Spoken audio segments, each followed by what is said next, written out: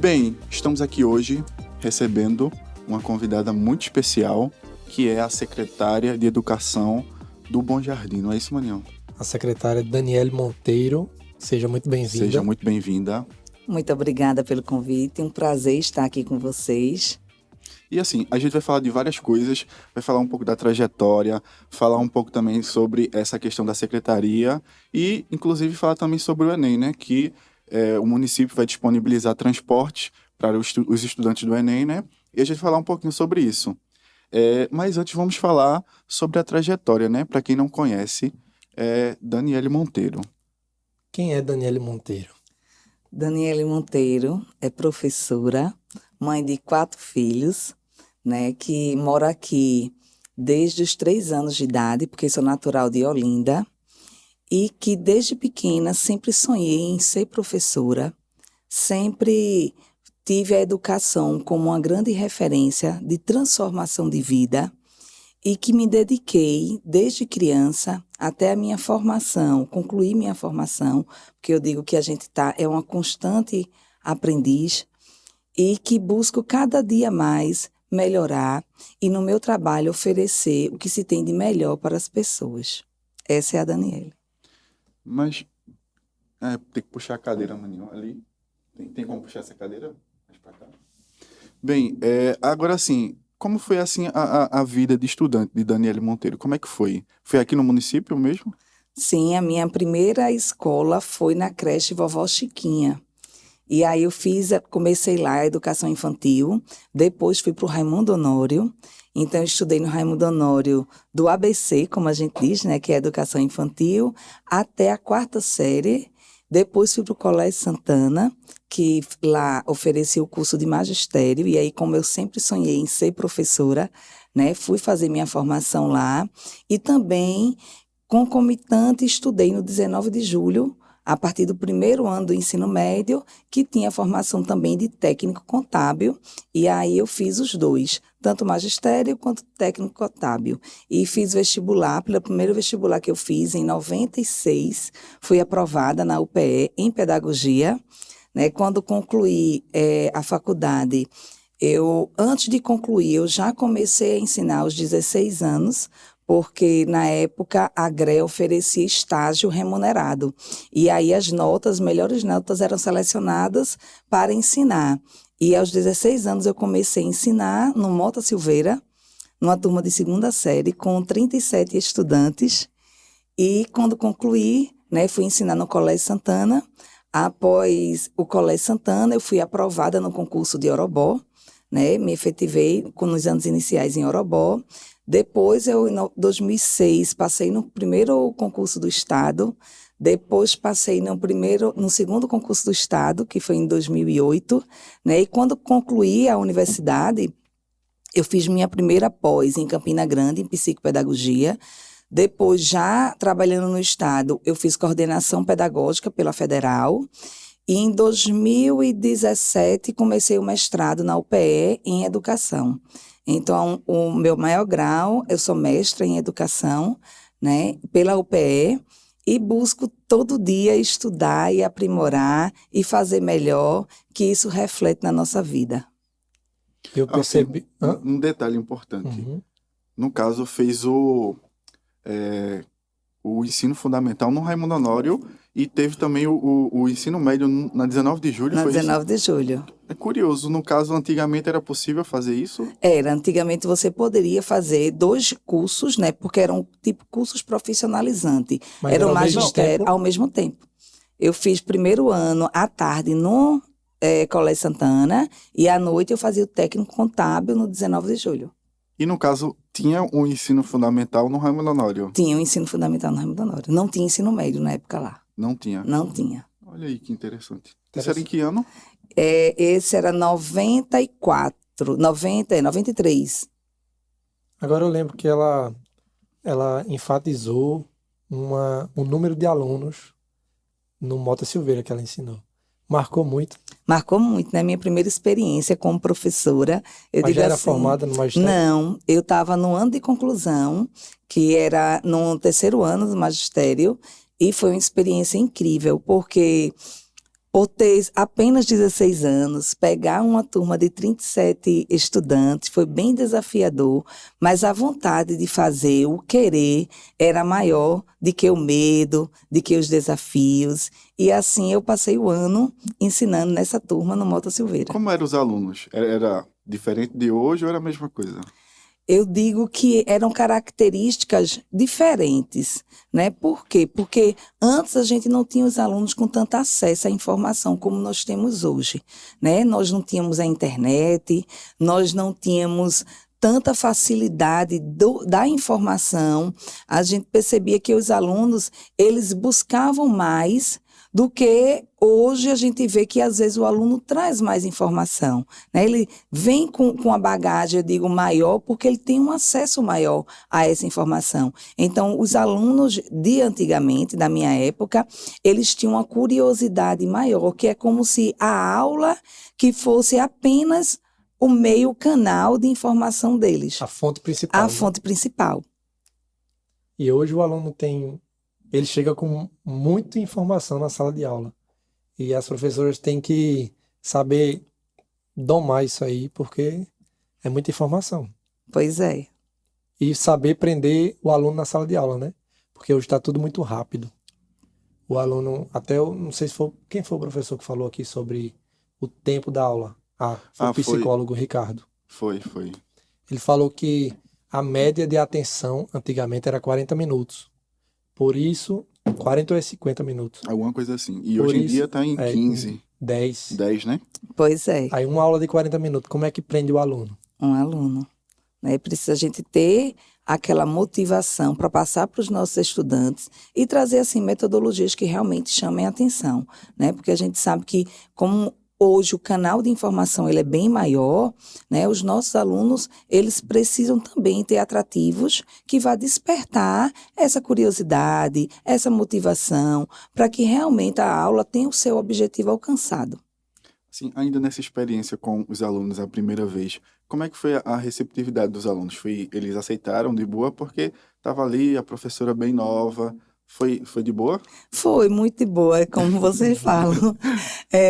Os alunos, eles eram bastante atenciosos, apesar de ser uma turma numerosa, sempre tem aqueles, né, que a gente precisa dar mais uma atenção, ter um controle maior, mas assim, eram respeitosos e me saí bem na época, graças a Deus. Até hoje eu tenho lembranças das cartinhas que eles fizeram quando eu saí, né? Eles faziam cartinhas declarando a afetividade, toda essa relação que se cria de laço afetivo, né, dentro de uma sala de aula entre os alunos e a professora. Passou um ano lá? Passei até novembro.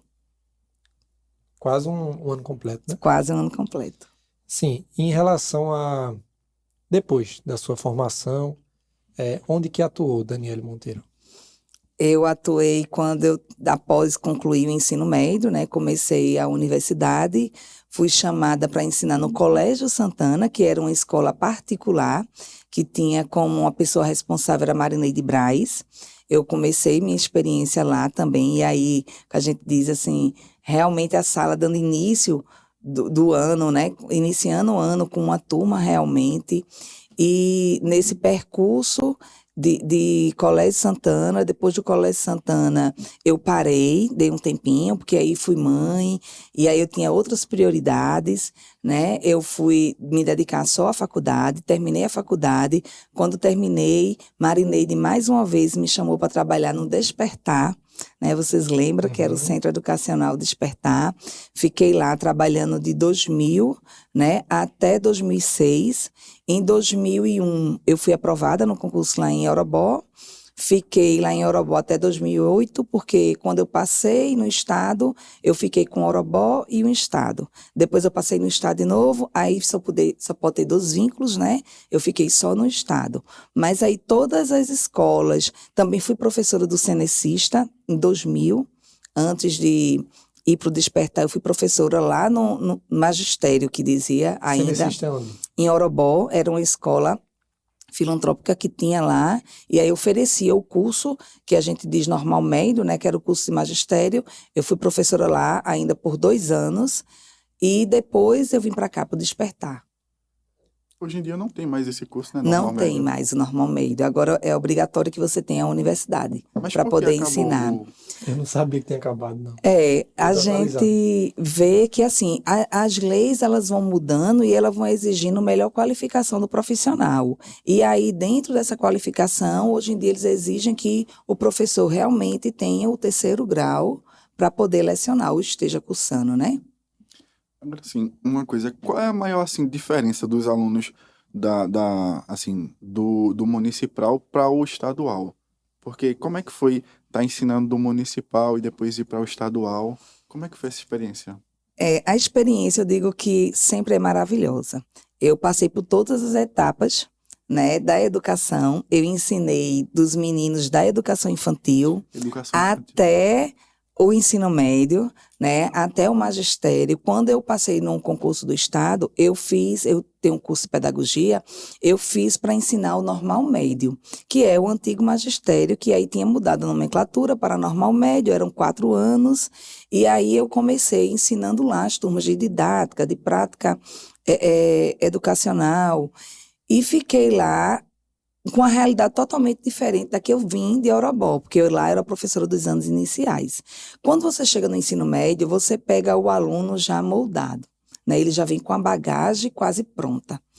E é diferente porque dentro do percurso da educação infantil aos anos finais, é como se aquele aluno ele tivesse conquistando cada dia mais. No ensino médio, ele já tem uma formação que ele vai aprimorar tudo aquilo que ele traz, né, da sua bagagem escolar, dos anos iniciais aos anos finais. Então, é um perfil diferente, são adolescentes, adultos. Eu também ensinei no EJA, lá no Raimundo Honório, né, que era a turma mais madura e que aí não teve garantido a conclusão do ensino e buscou já na idade adulta, mas são experiências muito boas que você leva para o resto da vida.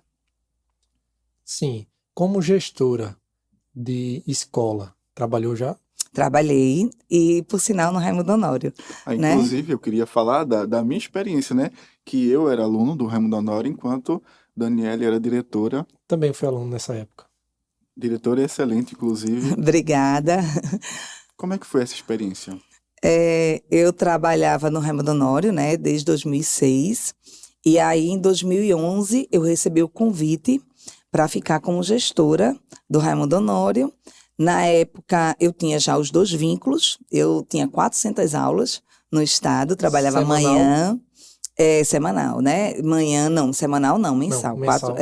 Eu trabalhava manhã, Semanal. tarde e noite, eu dava 14 expedientes, né, na 14? semana. Só tinha sexta-feira à noite livre. E aí eu fui convidada para trabalhar no Raimundo Honório, ser a gestora. E, de início, para mim foi muito impactante, né? Eu disse, meu Deus, será que é isso que eu quero mesmo? É quase 3 expedientes por dia. E aí você fica pensando se vai, se não vai, mas aceitei. Comecei lá como gestora em 2011, fiquei 2011, 12, 13, 14, 15. 2015, meu filho mais velho ia fazer vestibular, e aí eu tinha que ter uma dedicação maior para ele, né? Que estava ali fazendo vestibular, tinha que ter o apoio. Minha presença era muito importante nesse acompanhamento. E eu me afastei enquanto gestora, fiquei que eu também fui coordenadora pedagógica da escola, fiquei como coordenadora e professora e retornei como gestora em 2017. Fiquei em 2017, 18, 19, 20, saí em 2021 quando recebi o convite do prefeito Janjão para assumir a pasta da Secretaria de Educação. Uma dúvida que eu tinha e ela acabou respondendo seria como é que chega a diretora de escola? Eu pensei que era tipo um concurso, uma prova. Uma votação, alguma coisa. Inicialmente, eu passei por todas as etapas. Inicialmente, eu recebi o convite, né? Eu recebi o convite e eu fui assumir pelo convite recebido da gerência.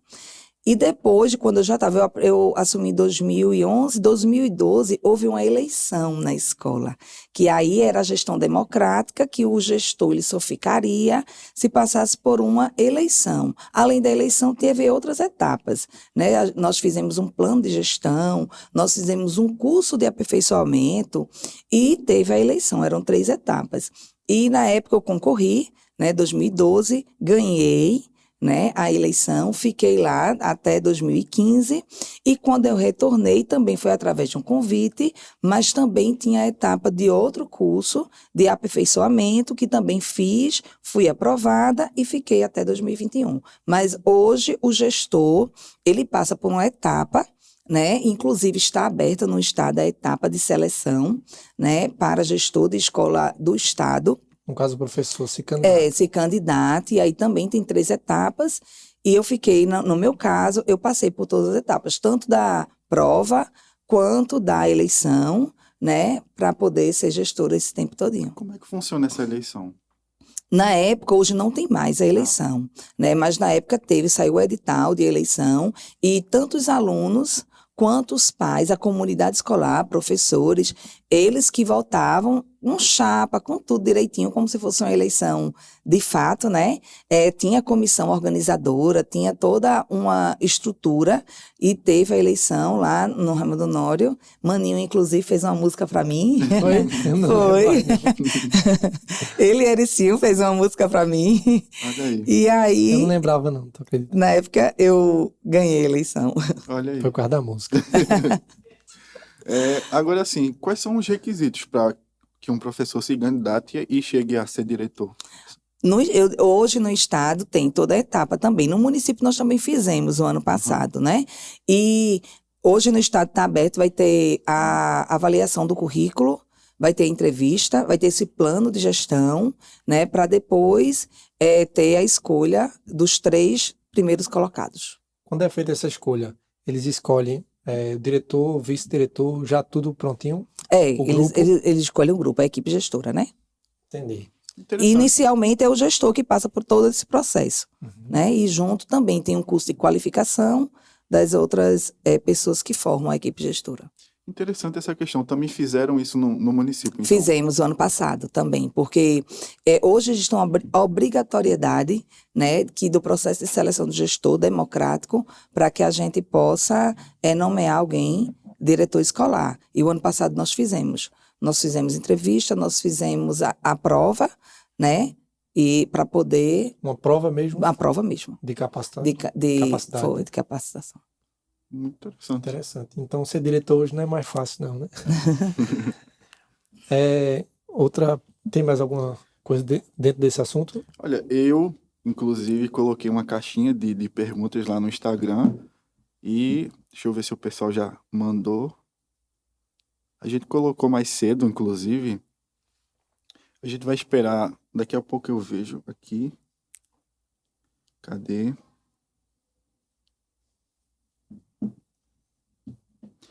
Bem, eu acho que a gente já começou a falar da questão da secretária, né? Daniele Monteiro, secretária. A gente pode começar falando sobre isso também. Quais foram os desafios, né? Como é que foi, inclusive, como é que foi esse convite, né? De Janjão, como é que foi aceitar, se aceitou logo de cara, como é que foi? Para mim foi uma surpresa, né?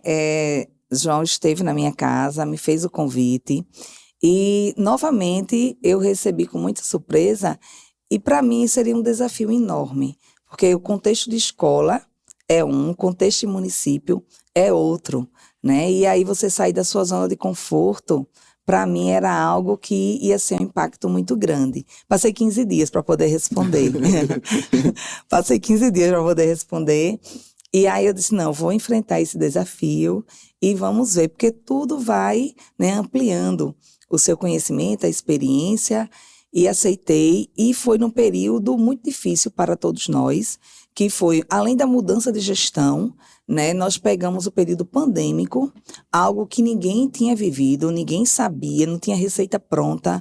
Foi muito desafiador chegar numa rede como Bom Jardim, que é uma rede grande, que nós temos várias etapas de ensino, da educação infantil até a EJA.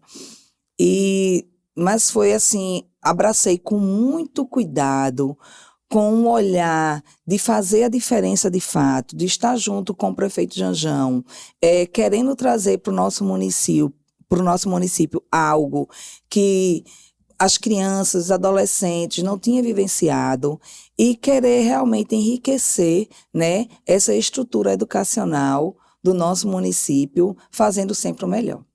No caso, quando chegou, já estava na pandemia. Já estávamos na pandemia, né? A pandemia foi 2020. Eu lembro que eu estava gestora na época, quando recebi a notícia no dia 17 de março de que a gente deveria fechar as escolas. E aí, dia 18 de março, nós fechamos as escolas e foi todo aquele transtorno que nós passamos. Foi 2020 e 2021 nós recebemos a secretaria no período pandêmico, onde todos os alunos estavam em casa. Eu lembro que a gente formou a equipe e na formação da equipe tinham pessoas que estavam professoras na época, que eram professoras na época 2020, quando a pandemia começou. E sempre a gente fazia a pergunta, o que você gostaria de ter recebido quando estava na sala de aula, que não recebeu e que a gente pode fazer a diferença hoje? Que o objetivo principal era fazer com que os alunos tivessem acesso à educação, que eles não perdessem o caminho de ser garantido realmente que a educação chegasse na casa de cada estudante, porque nós sabíamos as dificuldades social, econômicas, que muitos estudantes enfrentavam e que, se não pudessem assistir de forma remota, eles tinham que ter no papel, e a gente preparava atividade, preparava material, fazia o dia da entrega, mas garantimos essa educação com muita dificuldade para os nossos alunos em todas as etapas, desde a creche, né, de as atividades para os bebezinhos em casa, até os anos finais e EJA. Agora, eu estava percebendo aqui o seguinte, quer dizer, a dúvida, né? Logo quando disse, tem que fechar as escolas, vai todo mundo para casa. O que foi feito logo após, assim? Qual foi porque assim, os professores não estavam preparados para gravar aulas.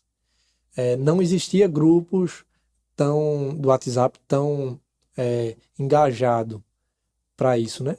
Como que a Secretaria da Educação Mas, atuou assim, nessa... Inclusive, no caso, quando começou, ela era gestora do Eu era gestora do Raimundo Honório. Nós tivemos, né, na época eu tinha... Estava como Quando gestora. fechou, estava gestora? Eu estava gestora. Entendi. E aí a gente teve o suporte da secretaria que orientou. Inicialmente foi um pânico, que nós pensávamos que era algo que passaria rápido, né? Vai ser algo que vai passar rápido. Eu lembro quando a gente recebeu a notícia, estava no segundo caso aqui em Pernambuco, e eu disse assim, não chega em Bom Jardim não, minha gente.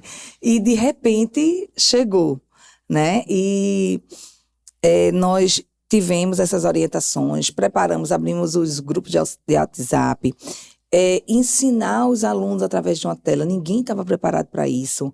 A gente era muito presença, né? O corpo a corpo, olho no olho. Foi bem desafiador. Foi muita gente, assim, tendo crise de ansiedade, entrando em depressão, tanto estudante quanto profissionais de educação. Então, quando a gente assumiu aqui o município, a gente já tinha essa experiência do ano anterior, né? Mesmo estando lá no estado, mas aí eu trouxe a experiência vivida lá para cá, junto com a equipe, porque ninguém faz nada sozinho, né? Nós temos uma equipe muito comprometida, muito dedicada na secretaria. Nós dividimos a nossa equipe lá. atingindo todas as etapas de ensino. Temos os coordenadores da educação infantil e creche, temos os coordenadores dos anos iniciais, dos anos finais por área de conhecimento, nós temos os responsáveis técnicos pedagógicos. Então, nós temos uma equipe bem sólida para atender às necessidades do nosso município, que somos 26 escolas. Um CEACAD, né, que é o centro que abrimos recentemente de atendimento para crianças com deficiência, crianças e adolescentes com deficiência. Temos uma biblioteca pública, temos centro educacional, então a educação do nosso município ela é enorme, né, em relação à estrutura física. E a localização, a gente sabe que nós temos mais escolas rurais do que aqui na cidade. Nós somos 26, 6 são na cidade, 20 são nos distritos e zona rural. Então, o nosso município tem uma área demográfica enorme e chegamos junto de todas, né? Seja lá de Bizarra até aqui no Barroncos, a gente sempre está atendendo a necessidade de cada escola e de cada localidade. Não é fácil não, viu? É bem desafiador. Imagino. Agora sim, no caso, eu imagino que tenha sido mais complicado lidar com as escolas da rede municipal, né, do que na do estado, justamente pela essa questão até da localização, ser mais rural, o pessoal tem a ver também com acesso à tecnologia. Foi muito complicado? Bem complicado. E eu lembro que quando fizemos a seleção dos professores, nós pensávamos como eles iriam fazer para gravar as aulas. Que estrutura eles teriam? Eu lembro que o prefeito, ele disponibilizou, né, a questão da internet, garantiu isso para os nossos estudantes. Depois ele fez a doação de tablet para os nossos professores. Ele garantiu realmente, de fato, que as aulas acontecessem da melhor forma. Muitos professores preferiam ir para a escola, então a gente teve que reestruturar as escolas que estavam fechadas há um ano, né, por causa que 2020 tinha sido todo remoto e 2021 estava também sendo remoto. Então nós oferecemos tudo que era possível para que os nossos professores tivessem um maior conforto, né, em relação a isso. Eu lembro que surgiram algumas críticas que as pessoas botavam do professor A, do professor B, porque estava gravando. E eu disse que foi o pior momento que eu achei foram das críticas, porque ninguém tinha vivenciado aquilo. Né? Então, a gente estava ali aprendendo. E você criticar o que você não tem conhecimento é muito fácil. Mas quando você passa por aquilo, você vai sentir que você precisa estar junto, que você precisa do apoio. E a gente estava lá dando apoio, estava lá oferecendo o que era de melhor para os nossos profissionais. E essa questão da gravação de aulas, é muito difícil gravar um vídeo, cara. É muito difícil. Né? A senhora grava vídeo, sabe que Pois é muito complicado. Imagine gravar um vídeo para chamar a atenção de crianças que precisavam aprender através de uma tela. E quando nós estávamos conversando aqui antes de darmos início, eu disse, tinha família que, quando a gente chamava para saber porque o menino estava assistindo a aula, ele dizia, porque eu tenho 9 filhos, eu só tenho um celular. Né? Então, ele escolhia qual que iria assistir a aula hoje.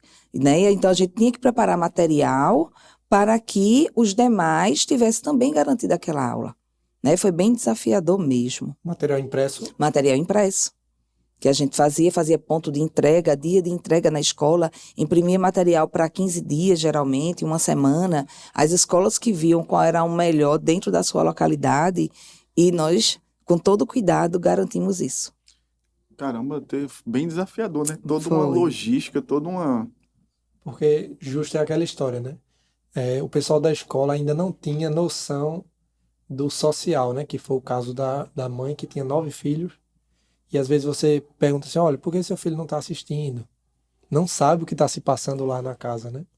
Pois é. Isso é um desafio que o município passa, né? É o social, né? Pois é, e nem toda a família tem a consciência, né, da importância da educação na formação do filho, do estudante. Não é prioridade. E muitas vezes negligencia, e aí, enquanto Secretaria de Educação, a gente que tem que ir, tem que muitas vezes encaminhar para o Conselho Tutelar, tem que estar lá junto para que isso realmente seja garantido. Inclusive, tem crianças que, não sei se é a principal, mas as melhores refeições que eles fazem durante o dia é na escola. E isso às vezes não é enxergado, né, por pessoas que só falam, falam, falam, falam, critica, critica, critica, mas não sabe o que o aluno, os pais também, né, passam para manter o aluno na escola. Porque, eu vou explicar. Você, a condição social do pai em casa e da mãe reflete no desempenho do filho na escola.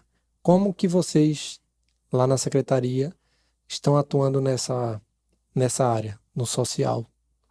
Nós acompanhamos bem de perto, né? Como eu disse, nós temos coordenadores por área e por etapa de ensino. Então, nós acompanhamos aquela escola que apresenta um grande número de alunos com falta, aqueles alunos que não dão devolutivas das atividades, aqueles alunos que sinalizam alguma deficiência. Tanto é que quando nós assumimos a secretaria, junto com o prefeito, ele foi muito sensível em garantir aos nossos estudantes uma equipe multidisciplinar, que foi a equipe que hoje trabalha lá no CEACAD, que era uma psicóloga, uma psicopedagoga, um assistente social, que antes não tinha aqui no município, exclusivo para a Secretaria de Educação, e ele já entrou fazendo essa diferença, né, da gente atender e garantir aos nossos alunos esse cuidado, né? O aluno não está aprendendo, mas ele não está aprendendo por quê? Tem alguma razão social ou o aluno tem alguma deficiência? Temos também a Adriana, que é a coordenadora da educação inclusiva.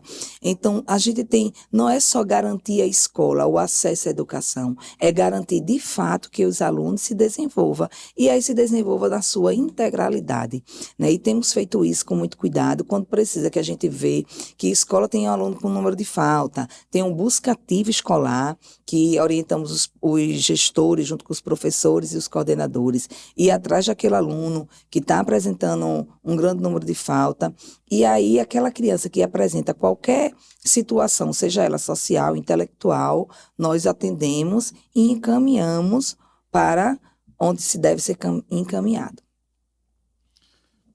Bem, eu acho que a gente pode falar também de uma questão assim bem importante, até para que as pessoas entendam como é que funciona a Secretaria de Educação.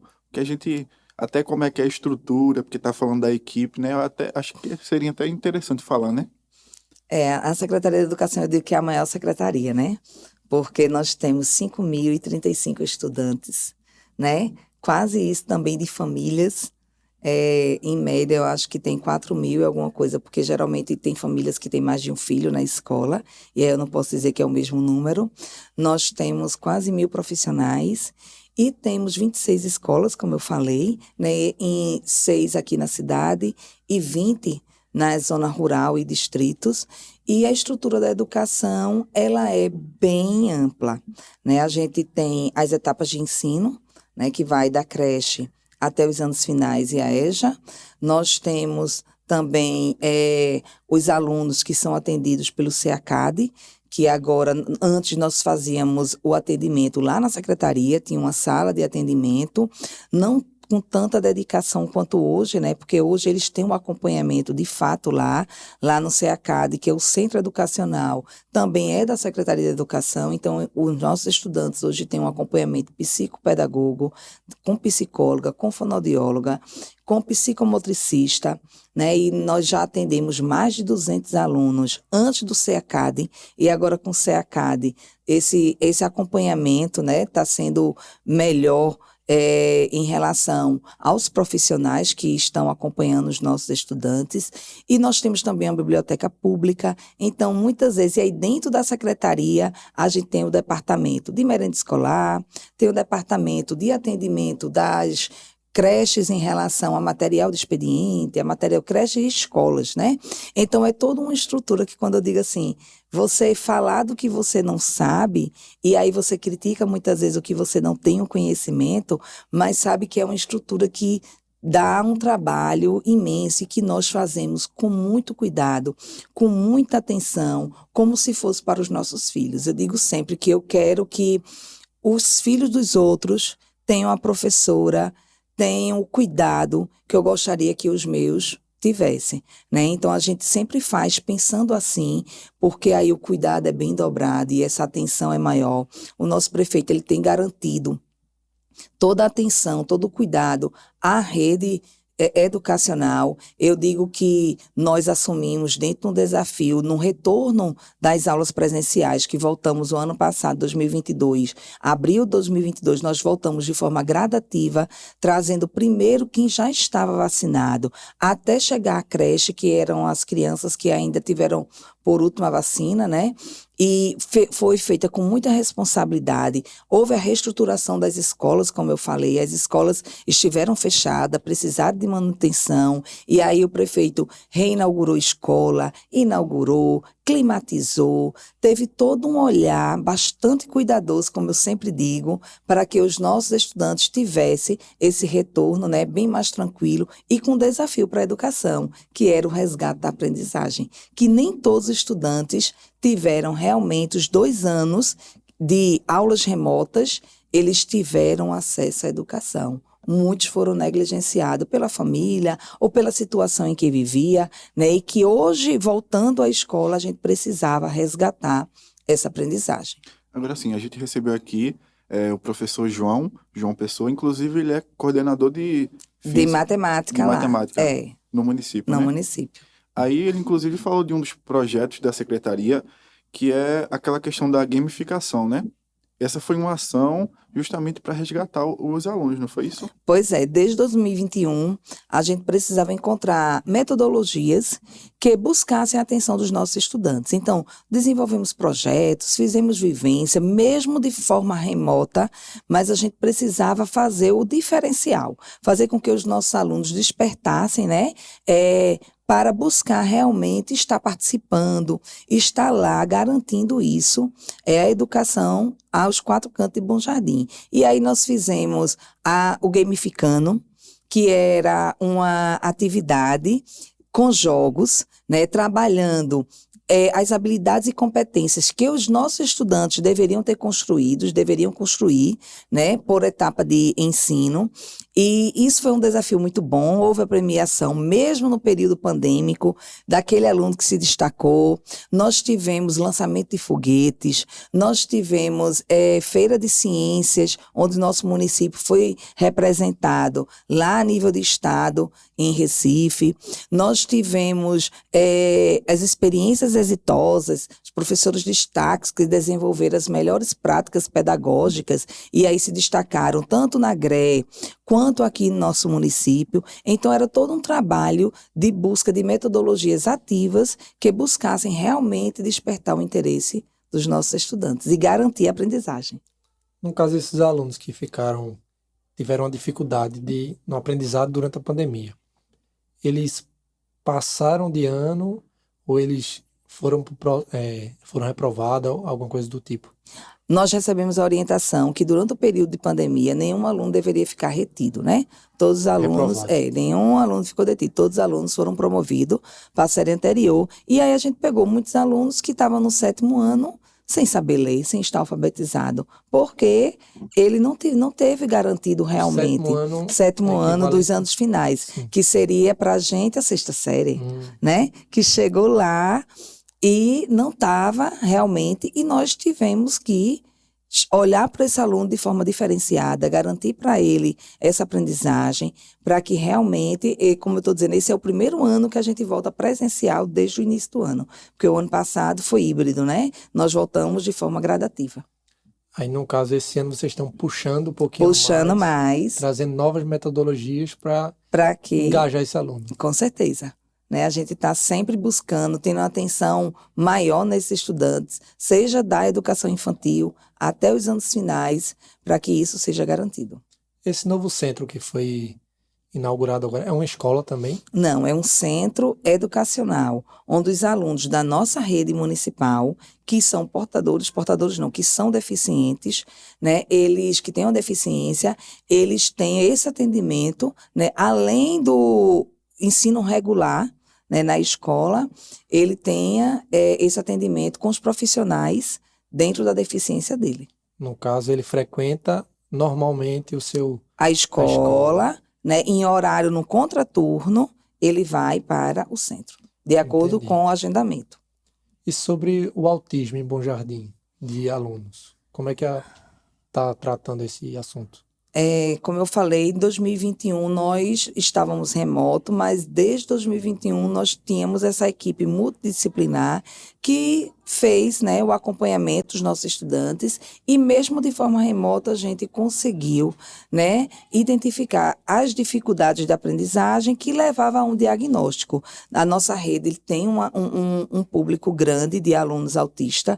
Nós, acho que em 2021 eram 45. Hoje chega próximo dos 200 estudantes com laudo, né, que tem laudo, e aí muitos desses laudos, nós que fomos atrás da família, nós que sinalizamos para as famílias que esse aluno precisava de um acompanhamento, precisava de uma atenção maior, que eles não estavam se desenvolvendo na idade certa, como deveria, e aí os profissionais faziam esse encaminhamento com parceria com o pessoal da saúde. A Secretaria de Saúde tem nos dado um apoio muito grande nos atendimentos e nos encaminhamentos.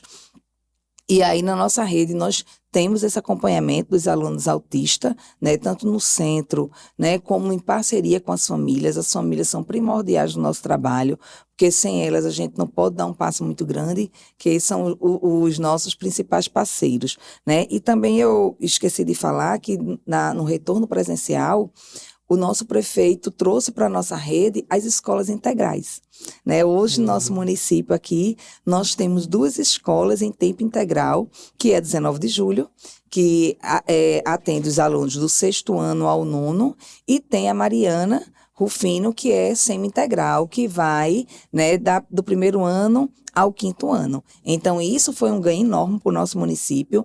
Os nossos estudantes, eles chegam pela manhã, saem no final da tarde e têm todas as refeições garantidas.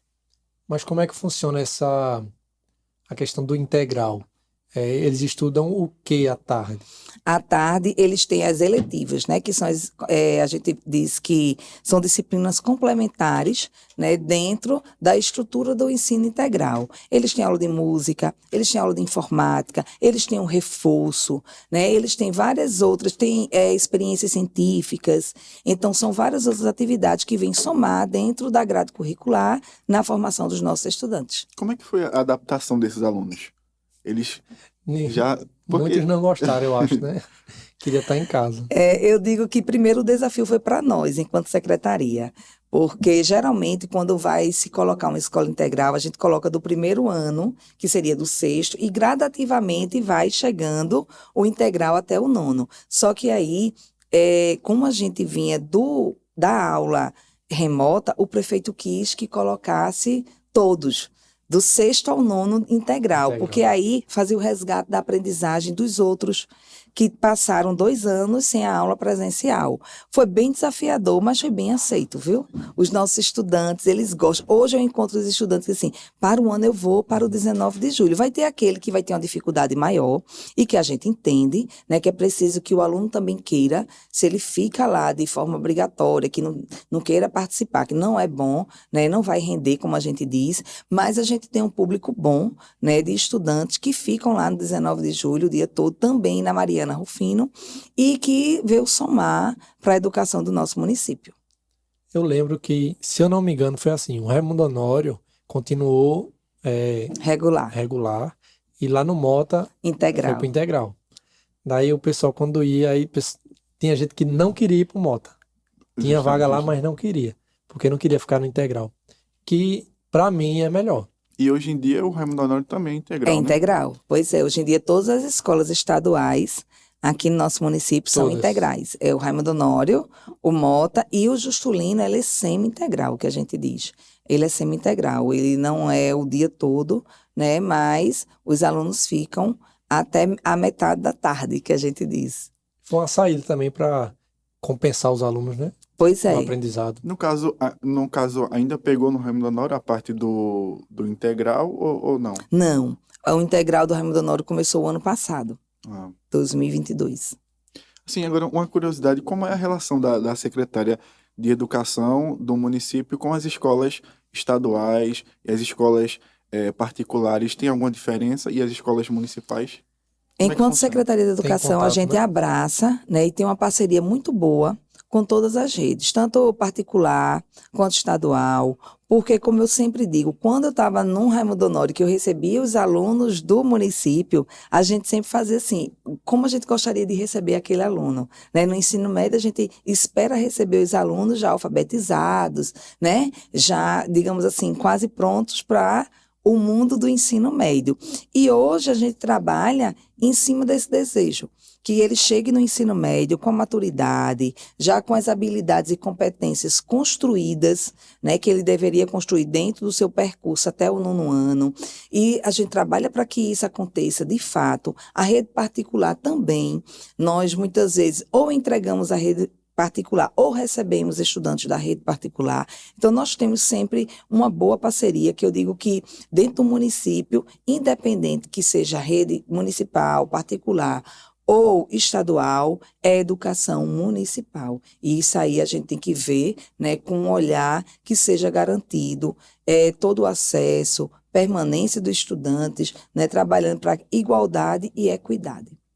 No caso, é a Secretaria Municipal que tem a competência de fiscalizar o ensino de uma escola particular. Não, isso aí é nível de GRE, de gerência. É a gerência regional, nós não somos sistemas de ensino próprio, então, como nós não somos sistema de ensino próprio, quem fica responsável por toda essa demanda é a GRE, a regional, né? A gerência regional, que aqui é a Vale do Capibaribe, a de Limoeiro. Municipal também, ela gerencia. Todo o município, E aí, Carlos, vamos seguir o próximo? Sim, inclusive, assim, na questão das perguntas, o pessoal está muito perguntando assim, na minha região vai ter carro, não vai ter carro? Na questão do Enem, né? Como é que vai funcionar essa questão do transporte? Porque a prefeitura vai disponibilizar, né? Eu vi que vocês fizeram a postagem Já é domingo agora. domingo o Enem. agora. Aí, inclusive, a prefeitura divulgou, não foi? Foi Como é que sim. vai ser? Todos os anos o prefeito ele tem esse olhar, né, da gente elaborar uma rota que garanta, de acordo com a gente pede um ofício às escolas estaduais, onde eles mandam a demanda de cada localidade, onde vai ter aluno lá de Pindobinha, de Tamboatá, de Bizarra para Limoeiro. Então, a gente pede toda a demanda, né? E fazemos uma rota. O ano passado nós fizemos, esse ano fizemos novamente, já publicamos. E temos esse ano 9 rotas. Essas rotas, elas têm da zona rural para a cidade. Nós temos da zona rural para Umari. E temos de Umari para Bom Jardim, a sede. E temos de Bizarra para Limoeiro. Então, nós temos 9 rotas que vai garantir o acesso a todos os nossos estudantes da rede estadual para que eles façam o Enem aqui em nossa cidade. Então, assim, o pessoal que tiver com dúvida, é só ir lá no perfil da prefeitura que vai ter lá todo o calendário, Pois é, né? tem o horário de saída, a localidade, tem todo o destino, a rota com o destino de cada localidade. Pronto. Isso aí. Agora, sim, voltando um pouco à questão ainda de secretária, eu acompanhei a questão dos desfiles cívicos e, assim, eu fico imaginando a loucura que é para organizar. A loucura não, o trabalho, né, que é para organizar toda essa Logística. festa, né? Como é que foi? Eu digo que a educação ela não para, né? Nós começamos janeiro planejando a volta de fevereiro, que é um trabalho bem minucioso, selecionar professor, garantir que as escolas estejam funcionando de forma adequada, garantir merenda, transporte escolar. Então, tudo, quando a gente fala de merenda escolar, nós seguimos as orientações que são enviadas pelo MEC, tem um cardápio que deve ser seguido, tem os produtos que devem ser adquiridos, toda uma orientação técnica e que existe fiscalização para isso. Nós temos que garantir as rotas do transporte escolar. Então, a gente começa em janeiro, já termina dezembro, já pensando no ano seguinte, né? Aí vem março, aí vem as formações para os professores, né? A recepção, depois as formações continuadas, depois vem as festividades de abril, de maio, aí vem a festa junina, e aí com a festa junina a gente vem o recesso escolar, a emancipação política, e aí a gente já vem agosto e 7 de setembro. A educação, ela não para. E todo esse trabalho é feito em equipe, né? Eu tenho, como eu digo, uma equipe muito boa, nós não fazemos nada sozinho, e aí o trabalho de equipe, a gente já faz uma coisa pensando na outra, e também temos dedicado muita atenção aos profissionais, né? Os nossos profissionais, para que eles tenham também formações continuadas que garantam para ele uma segurança maior no trabalho, estejam junto. Os nossos coordenadores visitam as escolas e na preparação dos desfiles, os desfiles são por localidades, né? Não é um desfile único na cidade, para que todos os distritos e zona rural venham. São vários desfiles. Nós começamos lá em Pindobinha, né? E terminamos aqui na cidade. Então, foram 10 dias de desfiles, né? Manhã e tarde, alguns dias manhã e tarde, sábado e domingo, mas que a gente conseguiu levar para garantir que todos os nossos estudantes vivenciassem essa data simbólica, mas que importante no sentido da gente trabalhar a questão da liberdade, da questão da democracia, da questão da autonomia, das lutas e conquista, trazendo para ele esse significado não só comemorativo, mas histórico, né, do nosso Brasil. Assim, inclusive, eu acho interessante isso de ser nas comunidades, porque às vezes fica tão longe, né, para o pessoal ir, e às vezes ali na sua comunidade é mais fácil de participar, né? Até mais. E garantir que a própria comunidade também veja a beleza, né, que se tem dentro da sua comunidade. Que dali, muitas vezes, eles fazem apresentações, eles trazem, a gente tem uma temática que trabalha em todas as localidades, né? A gente traz, esse ano foi trabalhando a bonjardinidade, que habita em cada canto, porque os estudantes de Bizarra têm uma característica, o de Itamboatá tem outra, porque são próprias da comunidade. E aí é importante que cada um se aceite como conheça a sua história Cada ali. A região tem uma característica. Pois é. E aí a gente garante isso dentro de um projeto, né, trazendo e culminando no 7 de setembro. A gente passa o ano todinho trabalhando e culmina no 7 de setembro, mas não deixa de ser vivenciado o ano todo. Enquanto o Carlos prepara a pergunta, eu vou fazer uma sugestão na Secretaria de Educação. Que tenha um projeto na Secretaria para ensinar, não sei se já tem, ensinar alunos o hino do Brasil e de Bom Jardim de Pernambuco. Por quê? Porque na minha rua a gente fez uma brincadeirinha das crianças. E uma das brincadeiras era cantar uma parte do hino nacional. Aí tocava um pouquinho, aí parava, ele tinha que completar. Uhum.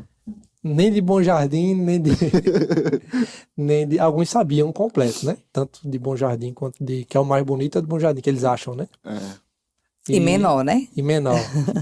Aí agora do Brasil o pessoal sofria. E de Pernambuco é pior ainda. Pior ainda, que não sabe nem que existe. E essa dificuldade, boa dica, viu? Essa dificuldade é geral. Nós vemos adultos que quando participam das solenidades não sabem de fato, né? A gente pede para que seja vivenciado realmente nas escolas, né? Mas a gente sabe que nem isso não é uma prática diária, que a gente está lá fazendo, porque como eu disse, né, é bem desafiador para a gente resgatar a aprendizagem do estudante durante esse período, mas a gente pede para que seja trabalhado, né? O aluno, ele realmente tem a prática, às vezes é o hino da escola, o hino da nossa cidade, o hino do Brasil, o hino de Pernambuco, são... Tem o da independência também, pois né? Pois é. E aí a gente vê que é uma dificuldade geral, mas a gente vem trabalhando aos poucos os nossos estudantes a nível de escola, cada escola trabalha do seu jeito, né? Mas é bem desafiador para os adultos, imagino para as crianças, né? No Colégio Santana, eu estudei no Colégio Santana um tempo, e até hoje eu lembro o hino do Colégio Santana. Como é? Eu vou cantar. Mas, eu também fui aluna do Colégio Santana. Não, porque tinha na minha época, né? tinha uma questão de rotina, né? Inclusive no Raimundo Honório também, quando a gente chegava, fazia aquela fila de Ia para o turmas, auditório, né? fazia uma fila de turmas e aí quem era evangélico não precisava participar da reza, não era que tinha uma reza, era todo um... Realmente, antigamente tinha isso mesmo. Tinha. Por que aboliram isso? Hoje em dia não pode mais, né? Ou pode? Porque assim, eles hoje em dia não pregam mais a questão da você ter uma religião, né? Oficial, É né? oficial, né? E aí a gente, na minha época, quando eu era gestora, ia para as salas, né? Os alunos tocavam, já ia para a sala. Não tinha mais o que a gente vivenciava, que era rezar, cantar o hino e ir para a sala. E a questão, eu acho, da própria estruturação da questão do tempo pedagógico. Porque tocou, já vai para a sala, aí já começa Perdia um o tempinho, período né? de aula, exatamente. Então, garantir essa durabilidade maior do tempo pedagógico. Mas tem escola que faz, viu? Na nossa rede, tem escola que reúne os alunos, faz um momento de reflexão, canta com eles e depois direciona para as salas. Bem, agora sim, estava falando da logística, eu realmente fiquei impressionado, porque assim, é todo um trabalho bem complicado, né? Agora, sobra tempo para a vida pessoal? Como é que É bem funciona isso? corrido, viu? E logo ser mãe de 4, viu?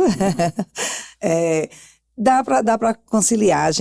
Eu digo que otimizar tempo é algo que você tem que saber fazer, né? Você tem que saber o momento de estar lá fazendo e eu digo que eu sou um pouco perfeccionista no que faço. Eu busco sempre. Meu marido costuma dizer que meu limite de ter nunca enche, porque a gente tá lá sempre buscando melhorar, né? E eu acho isso muito importante dentro da minha vida, mas dá para conciliar, dá para garantir uma atenção aos filhos, dá para garantir uma dedicação ao trabalho. Eu digo que você é importante naquilo que você faz e compromisso assumido é compromisso cumprido. Você jamais deve assumir um compromisso que você não tem condições de fazer. E aí eu digo que a gente tem que saber distribuir bem esse tempo e atender às necessidades. Vai ter período que vai ser mais corrido e sacrifica um pouquinho a família e o trabalho vem e vai ter outro momento que você vai ter que dedicar mais atenção também à família, ao laço de amizade, mas dá para distribuir, né, e fazer um bom trabalho. E ela poderia deixar também uma mensagem para o pessoal que vai fazer o Enem, né? É importante, né? Agora sim, uma outra coisa, antes da gente ir pro final, uma conversa muito boa, inclusive, e até para deixar a mensagem pro pessoal depois. A questão dos professores. Como é a relação da secretaria com os professores? A gente tem muitos professores no município, né? Temos, e aí a gente tem, né, o mapinha de todos os professores da nossa rede, São seja quantos? ele efetivo, são em média 473, se eu não me engano. 400. E ainda tem os professores auxiliares, né? Mas a gente tem garantido esse trabalho bem de perto com os nossos professores, tem dado a atenção necessária por área de conhecimento e por etapa de ensino. Os nossos coordenadores da secretaria, eles visitam as escolas, eles estão lá oferecendo formação, eles preparam material, eles estão muito junto, né, dos professores que estão lá na ponta, fazendo a diferença em sala de aula, porque sem eles, né, eu digo que a educação não acontece e a gente precisa dar esse suporte de fato, toda a atenção voltada, toda a necessidade, atendendo dentro da medida do possível a necessidade de cada um.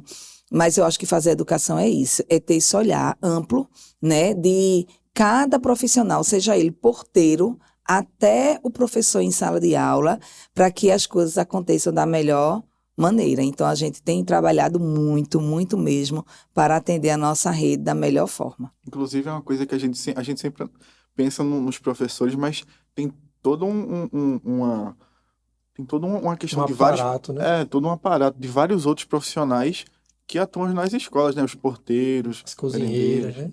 Pois Zeladores. por isso que eu digo que a educação ela é enorme, né? Porque não é só o aluno em sala de aula, é todo um corpo de profissionais que estão lá na escola. Hoje a gente tem na nossa rede, em média, quase 200 alunos com deficiência, entre autismo e outras deficiências. E cada estudante nosso, ele tem um professor auxiliar.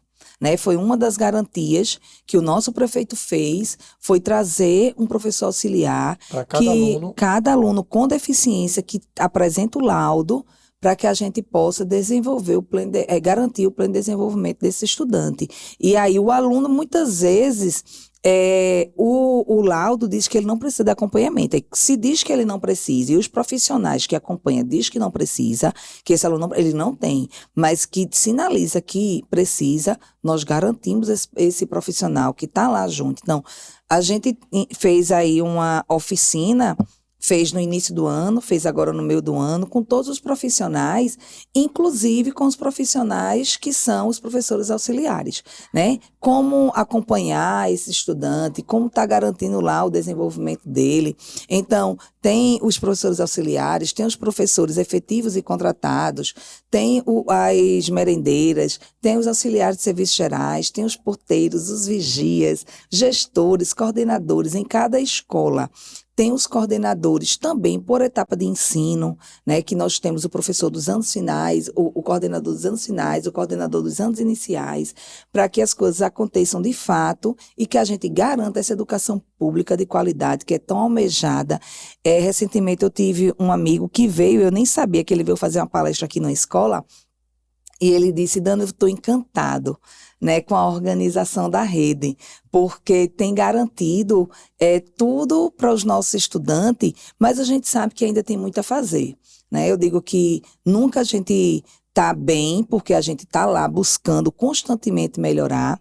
Eu digo aos meus filhos, e aí eu trago como exemplo de vida, que eu não quero deixar riqueza nenhuma a não ser a educação, porque a educação ela é a base para a estruturação do ser humano. Você pode não querer seguir a vida acadêmica. Não, eu não quero seguir a vida acadêmica porque eu tenho habilidade com outra coisa e que eu vou viver financeiramente, economicamente bem. Mas você precisa ter uma base educacional, né? Você precisa, até para não ser enganado, eu digo, né? Até para não ser enganado, você precisa ter essa base educacional bem estruturada, e é isso que eu vejo que o nosso país precisa. A gente precisa ter isso garantido para que as pessoas tenham consciência que a educação, ela é transformadora. Independente de condição social, condição econômica, a educação hoje é para todos. Ele chega, eu fico muito feliz quando eu vejo os relatos de pessoas com dificuldade econômica, dificuldade social, e diz: eu consegui chegar à universidade, eu concluí a universidade, seja ela no que for, né? Porque às vezes a gente só pensa em cursos de excelência, né? Não, eu quero ser isso, eu quero ser aquilo. Você é bom naquilo que você faz, né? Se você fizer qualquer formação e você for bom, um profissional dedicado, você vai ter um emprego e garantir a sua vida de forma digna, né, e honesta. Então, a educação eu vejo com esse olhar da gente poder fortalecer o ser humano dentro da sua estrutura, dentro da sua formação, dando a ele realmente uma formação plena através da educação.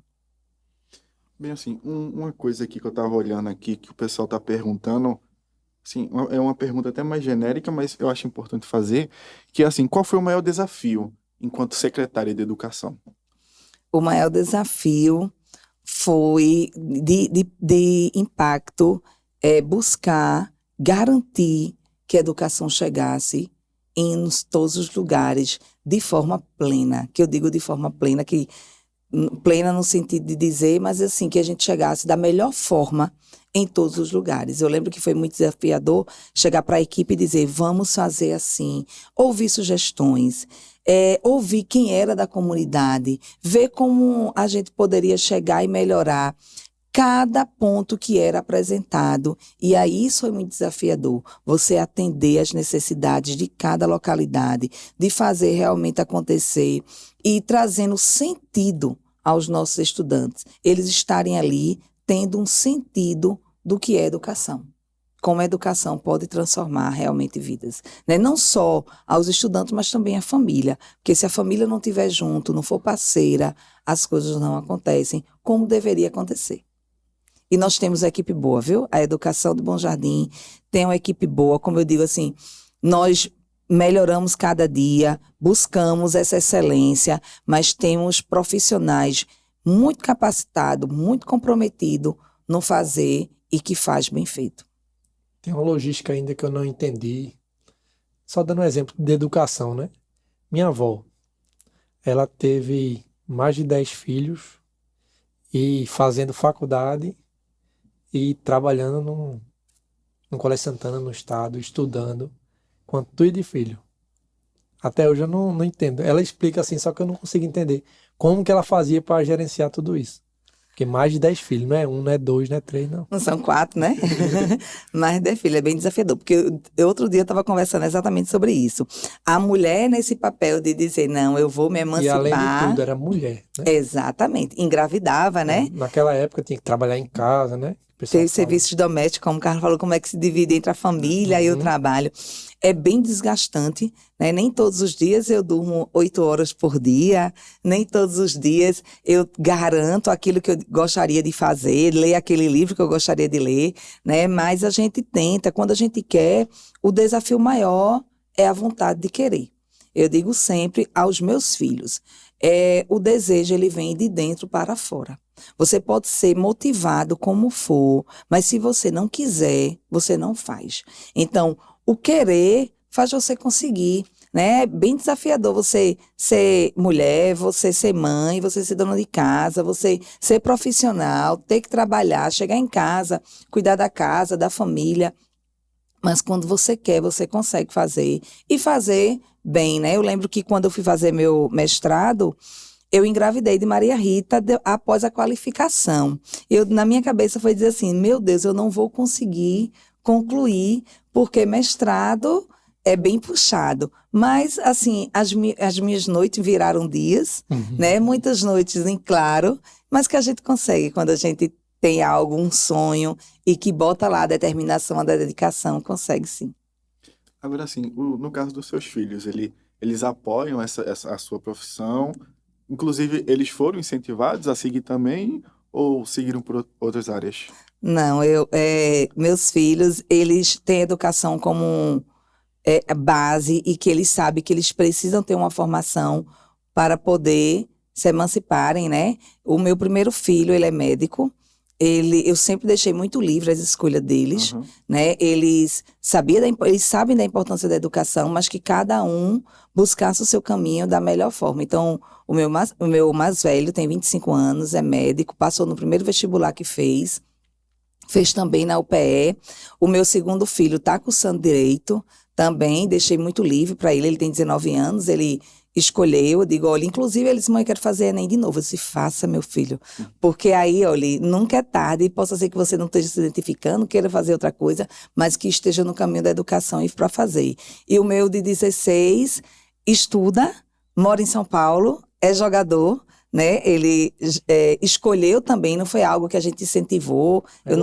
É goleiro, né? Goleiro. Eu nunca incentivei, não foi, o pai também nunca incentivou, foi algo que ele sempre gostou de fazer. Vocação. Né? Pois é, e inclusive é um excelente estudante, bem dedicado, muito estudioso, mas que eu digo, até o pessoal lá diz que ele foge da regra, porque muitas pessoas que gostam de jogar bola não gostam de estudar, e ele é bem estudioso, e tá lá, né, eu digo, se não der certo, volta, vai fazer o que for, mas tem que estudar. E Maria Rita tá se alfabetizando, né, 4 anos, mas assim, eu deixo muito livre a escolha deles, né, é importante que eles façam o que eles gostam, né, é o sonho deles e não o meu. Eu digo sempre, eles têm que seguir o sonho deles, assim como eu segui o meu, como eu fiz minhas escolhas. Eu lembro que há alguns anos, quando a gente concluiu o ensino médio aqui, você procurava cidade grande para se qualificar. Muitas pessoas fizeram isso, inclusive a minha irmã fez isso. Terminava e o pessoal dizia, olha, vai ter que ir para a cidade grande para fazer uma universidade que antes a concorrência era bem maior, porque o que a gente tinha aqui era só Nazaré da Mata com a UPE. Hoje em dia a gente tem Surubim com universidade, a gente tem Limoeiro com universidade, a gente tinha também a FACAL, mas era só administração. E hoje em dia a gente tem vários acessos, EAD. tem Carpina, tem EAD, né? E na minha época não tinha, olha que eu nem sou tão velha assim, né? Mas a única universidade que nós tínhamos era Nazaré da Mata, e era bem concorrido, mas eu fui seguir o que eu gostava. Eu lembro que quando eu concluí, minha família disse, vai para Recife e vai fazer o quê? Eu disse, não, vou ficar aqui, vou ficar no meu torrão natal e vou fazer pedagogia em Nazaré e vou seguir minha carreira. Eu vejo fazer o que eu gosto, né? Não vou fazer para realizar sonho de ninguém, tenho que realizar o meu. E é isso que eu digo aos meus filhos, né? Eles têm que realizar o sonho deles, eles têm que ser, dentro de uma orientação educacional, o que eles quiserem. No caso, o seu esposo também, ele também vai nessa de apoiar também o seu trabalho? Meu esposo, ele é meu companheiro, assim, de todas as horas, né? Ele é militar, e por ser militar, ele já se aposentou, porque militar só precisa ter o tempo de serviço, né? Então, ele já está aposentado, mas, assim, é um companheiro que está comigo o tempo todo, em todos os desafios, abraça a causa, de cuidar dos meninos, de me ajudar em casa, de me ajudar num profissional, estar sempre presente, porque família é isso, né? Família é você se sentir apoiado dentro de uma estrutura familiar que caminhe junto com você, porque senão as coisas não andam como deveria andar e não é tão fácil, né? Como a gente gostaria que fosse. E com ele não tem tempo ruim, não, viu? Tá sempre alegre, sorrindo, conversando. Eu queria também fazer um relato aqui, que falaram comigo aqui, que é o seguinte. Eu já ouvi também outras pessoas falando que antes, quando o aluno saía da alfabetização do municipal para as escolas particulares ou para outra escola, no primeiro ano tinha um reforço da alfabetização, porque realmente os alunos chegavam um pouquinho atrasados. E esse ano eu estava conversando com uma gestora de escola particular e ela falou o seguinte, que esse ano os alunos, no caso já começou ano passado, e esse ano os alunos estão chegando já lendo e sabendo, porque ler é uma coisa e você ler e entender é outra, né? Minha menina mesmo, ela tem 6 anos agora, eu fico besta com ela, besta. Porque ela olha assim, aí olha, faz mercadinho. Mercadinho. Aí ela entendeu, mercadinho. Tá entendendo? E eu fico muito feliz que ela tá no pré-2 e já tá lendo, né? Ela lê muito. Ela lê uma frase grande, ela lê e entende. Ela estuda na onde? Na creche, Vovó Chiquinha de Eloy. Onde eu estudei também alfabetização. E hoje ela tá aí, já aprendendo a ler. A importância da educação, né? De uma boa De uma boa base, né? De uma boa gestão também da educação de Bom Jardim. Pois é, eu digo sempre que a educação infantil ela é a base. Durante muito tempo, a gente ouviu muitas pessoas assim, minha criança vai para a creche ou vai para a escola de educação infantil para brincar e se socializar. Mas é lá na educação infantil que a gente constrói a base. Né? A gente tem lá consolidando, ensinando e trazendo as oportunidades. Porque meu filho, eu quero garantir que ele esteja aos 6 anos alfabetizado e os filhos dos outros não. Né? Na escola particular, o menino não sai da educação infantil lendo, né? Então esse desejo também é para o filho de qualquer um, que a gente possa garantir isso aos nossos estudantes, fazendo da melhor forma, respeitando, né, as diferenças. Eu digo sempre que a gente tem que oferecer oportunidades iguais a pessoas diferentes. Né? E aí tem a questão da equidade, que eu tenho que ter um olhar também diferenciado para aquele que não chega, que não está caminhando e que a gente possa fazer realmente a diferença na vida das pessoas. É isso aí. Bem, a pergunta, né, as perguntas que o pessoal mais mandou foi sobre a questão do Enem, e a gente já falou sobre isso, inclusive. E assim, essa semana a gente está trazendo o pessoal aqui mais para falar sobre Enem e está pedindo para o pessoal deixar uma mensagem para os estudantes que vai fazer, que estão aí ansiosos. A mensagem que eu gosto de sempre falar é que eles, primeiro, amanhã, durmam bem tranquilos, né? Tenham uma boa noite de sono, será no domingo, né? Uma boa noite de sono, alimentação leve, e que eles acreditem no poder que eles têm. Tudo o que eles fizeram durante o ano todo, toda a preparação, toda a dedicação, vai refletir nessa avaliação que eles irão fazer durante esses 2 domingos, mas acredite no seu potencial, na sua capacidade, que nós somos o que queremos ser, que vocês conseguem, cheguem lá. Aí, muito bonita a mensagem. E assim, a gente espera, foi muito bom Foi muito bom. a conversa, a gente espera, inclusive, que venha outras vezes para falar as novidades da secretaria.